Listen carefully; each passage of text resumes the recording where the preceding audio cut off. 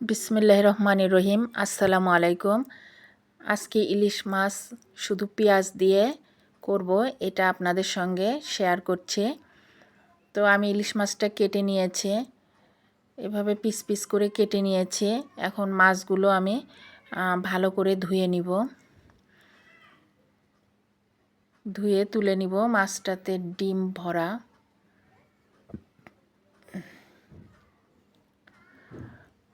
তো এখন রান্না করতে চলে যাব। তো পরিমাণ মতো সয়াবিন তেল দিয়ে দিচ্ছি, দিয়ে মাছগুলো দিয়ে দিব। মাছগুলো আমি হাতে মেখে রান্না করব। তো মাছগুলো দিয়ে দিচ্ছি, মাছগুলো দিয়ে পরিমাণ মতো পেঁয়াজ কুচি আর কাঁচামরিচ দিয়ে দিব। পেঁয়াজটা একটু বেশি দিব,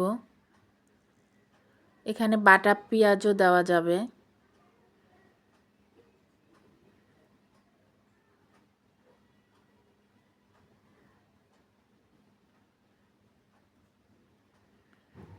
তো এবার গুঁড়া মশলা দিয়ে দিব। হলুদ দিয়ে দিব হাফ চামচ, আর মরিচ গুঁড়া দিয়ে দিব 1 চামচ, ধনিয়া গুঁড়া 1 চামচ দিব, আর জিরা গুঁড়া 1 চামচ দিব, আর স্বাদ মতো লবণ দিব। দিয়ে মাছটা ভালো করে মেখে নিব।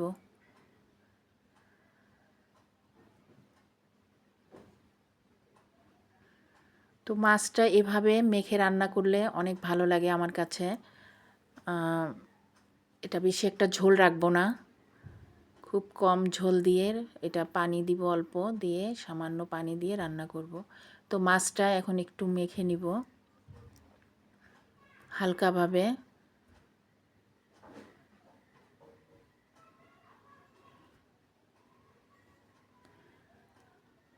এবার সরিষার তেল দিয়ে দিব, 1 টেবিল চামচ সরিষার তেল দিয়ে দিলাম।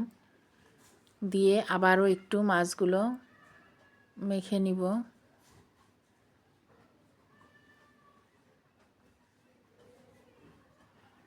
মেখে সামান্য পানি দিয়ে দিব।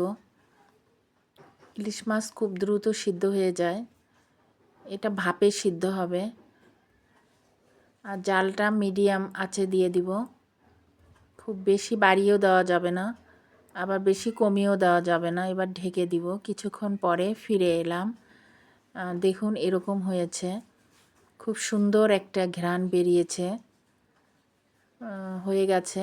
আমি আরেকটু ঝোল শুকিয়ে নামিয়ে নিব।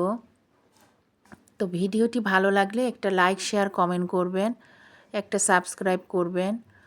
তো সবাই ভালো থাকুন, সুস্থ থাকুন। আগামীতে আবার কোনো রেসিপি নিয়ে আসব ইনশাআল্লাহ। আল্লাহ হাফেজ। আসসালামু আলাইকুম।